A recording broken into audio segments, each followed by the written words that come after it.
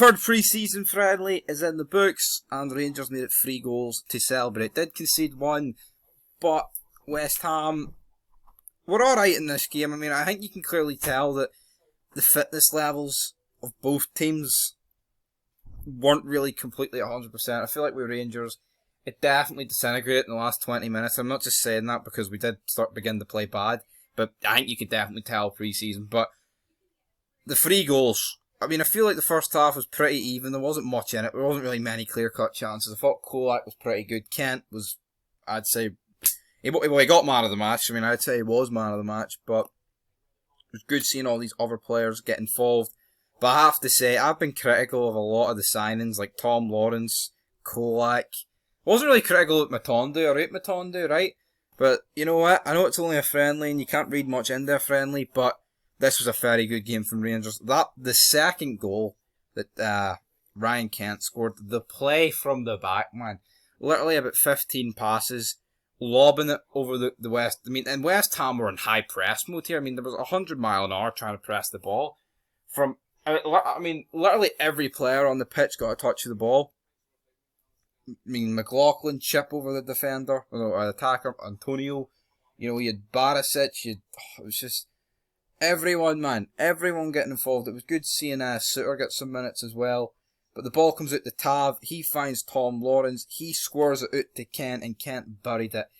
And, I mean, it won't be goal of the season, but I think it will take a wee while for that to be... I know it's a pre-season, you don't really count the goals, like, but fuck, it was a good goal.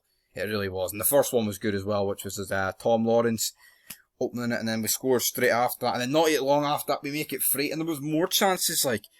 And this just reminded me of, like, when we're in Europe and we're able to play, like, free-flowing football, because we're in the league. I mean, unless it's, like, against, you know, Celtic, which didn't really go to plan last season in many of the games, but, you know, like, in Europe at IBROX, when teams actually have a go at us, we can just rip them to shreds much easier than teams in the league. Unless, like, they just collapse after conceding 2 goals.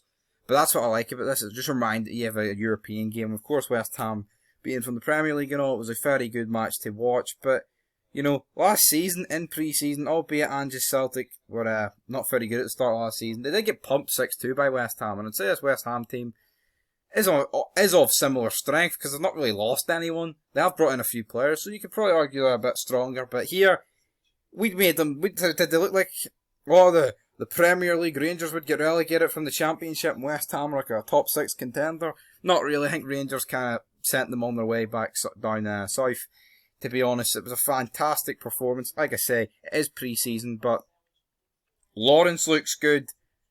Matondo looks good. Kent looks as good as ever. Kolak was putting in the effort and energy. He looked very good up front. Even Sakala looked good. I wouldn't say anyone looked bad, you know? But it's a fantastic performance in my eyes, and if we can just keep continuing this form, I mean, if we can play like this going into these Champions League qualifiers, we'll do it. But then again, you look back at last year, we beat Real Madrid 1-0 in pre-season, and then we got pumped out against Malmo. You know, you can look at it a million different ways. But in terms of this game, it was very good, and on to Spurs on Saturday, which will be another good game. Spurs, of course, made a lot of signings. It'll be interesting to see what sort of team Spurs field. It'll be definitely a bit more of a challenge than West Ham. But until next time, that'll do it for this video. Like, comment, subscribe. And also, I should mention, Ben Davies is official. I'm not going to make a fid though. I've already made 2 fids about him, so I mean, don't need to make another one. Yeah, basically said it was agreed and going to happen in the last one. So yeah, Ben Davies is official. Not too certain on the guy. I mean, I think his 4 million's a lot to waste on a guy who's not even going to get in the starting 11. Like, let's be real. But, oh well, time will tell. Time will tell.